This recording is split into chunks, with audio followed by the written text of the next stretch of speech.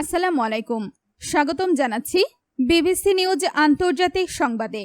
শুরুতেই সংবাদ শিরোনাম, এরপর বিস্তারিত। 8টি যুদ্ধ মিটমাট করেছি, তাও নোবেল পেলাম না, ট্রাম্প। খামেনির জানাজায় ট্রাম্পকে হত্যার দাবি তুলল ইরানিরা।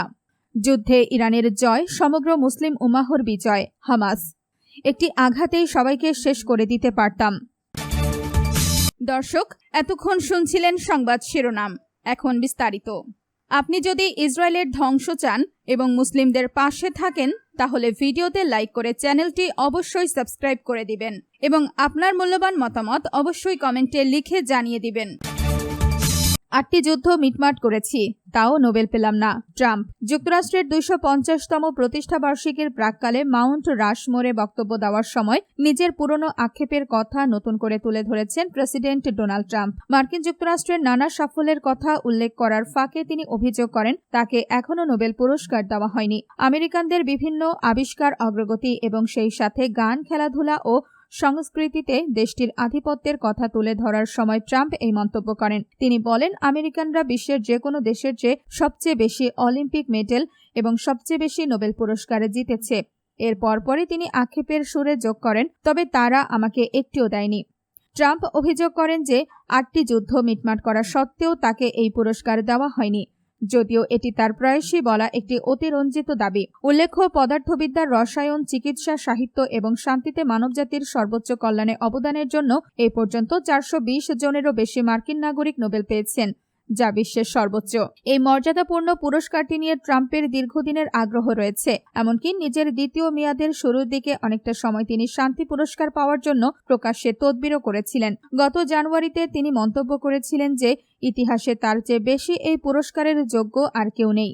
আপনি যদি ইসরায়েলের ধ্বংস চান এবং মুসলিমদের পাশে থাকেন, তাহলে ভিডিওতে লাইক করে চ্যানেলটি অবশ্যই সাবস্ক্রাইব করে দিবেন এবং আপনার মূল্যবান মতামত অবশ্যই কমেন্টে লিখে জানিয়ে দিবেন। খামেনির জানাজায় ট্রাম্পকে হত্যার দাবি তুলল ইরানিরা। ইরানের রাজধানীতে আয়োজিত জানাজায় উপস্থিত কয়েক লাখ শোকাহত মানুষের ভিড় থেকে মার্কিন প্রেসিডেন্ট ডোনাল্ড ট্রাম্পকে হত্যার দাবি উঠেছে। রোববার 5 জুলাই খামেনির জানাজায় অংশ নেওয়া 42 বছর বয়সী নার্স জিবা নাদেরি বলেন, নতুন সর্বোচ্চ নেতা মোজতবা খামেনি যে নির্দেশ দেবেন, ইরানিদের তাই অনুসরণ করা উচিত। তিনি বলেন, আমি প্রতিশোধের ডাক শুনেছি, কিন্তু আমাদের কি করতে হবে তা আমাদের নেতারই বলা উচিত এবং আমাদের অবশ্যই তার কথা শুনতে হবে। এদিকে তেহরানের গ্র্যান্ড মুসাল্লায় সাঁটানো বিভিন্ন পোস্টার এবং দেয়াল লিখনে ট্রাম্পের পাশাপাশি ইসরায়েলের প্রধানমন্ত্রী বেনিয়ামিন নেতানিয়াহুকে হত্যারও আহ্বান জানানো হয়। আপনি যদি ইসরায়েলের ধ্বংস চান এবং মুসলিমদের পাশে থাকেন, তাহলে ভিডিওতে লাইক করে চ্যানেলটি অবশ্যই সাবস্ক্রাইব করে দিবেন এবং আপনার মূল্যবান মতামত অবশ্যই কমেন্টে লিখে জানিয়ে দিবেন। যুদ্ধে ইরানের জয়, সমগ্র মুসলিম উম্মাহর বিজয়, হামাস। যুদ্ধক্ষেত্র ও আলোচনার টেবিলে বড় ধরনের জয়ের জন্য ইরানকে অভিনন্দন এবং এই অর্জনকে গোটা রেজিস্ট্যান্স ফ্রন্ট বা প্রতিরোধ অক্ষ এবং সমগ্র মুসলিম উম্মাহর বিজয় বলে আখ্যায়িত করেছেন হামাসের লিডারশিপ কাউন্সিলের প্রধান মোহাম্মদ দারবিশ। ইসলামী প্রজাতন্ত্র ইরানের সর্বোচ্চ নেতা আয়াতুল্লাহ আলী খামেনির জানাজায় অংশ নিতে মোহাম্মদ দারবিশের নেতৃত্বে একটি প্রতিনিধি দল ইরানের রাজধানী তেহরান সফর করেছে। যুক্তরাষ্ট্র ও ইসরায়েলের চাপিয়ে দেওয়া যুদ্ধে আয়াতুল্লাহ খামেনি, তার পরিবারের সদস্য এবং জ্যেষ্ঠ রাজনৈতিক ও সামরিক কর্মকর্তাদের শাহাদাতে ইরানের নেতা, সরকার ও জনগণের প্রতি গভীর সমবেদনা জানিয়েছে হামাসের এই প্রতিনিধি দল। ফিলিস্তিনের পবিত্র মুক্তি সংগ্রামের প্রতি সমর্থন এবং দখলদারি ও ইসরায়েলি অপরাধের বিরুদ্ধে ফিলিস্তিনিদের বৈধ প্রতিরোধের পক্ষে নিহত সর্বোচ্চ নেতার নীতিগত ও সাহসী অবস্থানের ভূয়সী প্রশংসা করেন মোহাম্মদ দারবিশ।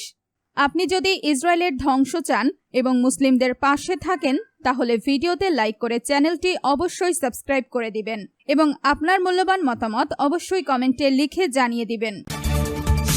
একটি আঘাতেই সবাইকে শেষ করে দিতে পারতাম। মার্কিন প্রেসিডেন্ট ডোনাল্ড ট্রাম্প দাবি করেছেন, ইরানের প্রয়াত সর্বোচ্চ নেতা আয়াতুল্লাহ আলী খামেনির জানাজায় অংশ নেওয়া দেশটির শীর্ষ কর্মকর্তাদের ওপর যুক্তরাষ্ট্র চাইলে হামলা চালাতে পারত, কিন্তু তেহরানের সঙ্গে কূটনৈতিক আলোচনার পথ খোলা রাখতেই তারা ইচ্ছাকৃতভাবে এই হামলা থেকে বিরত ছিল।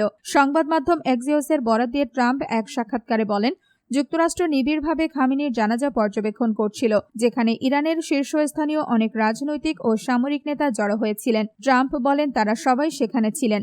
মাত্র একটি আঘাতেই আমরা তাদের সবাইকে শেষ করে দিতে পারতাম, কিন্তু আমরা তা করিনি।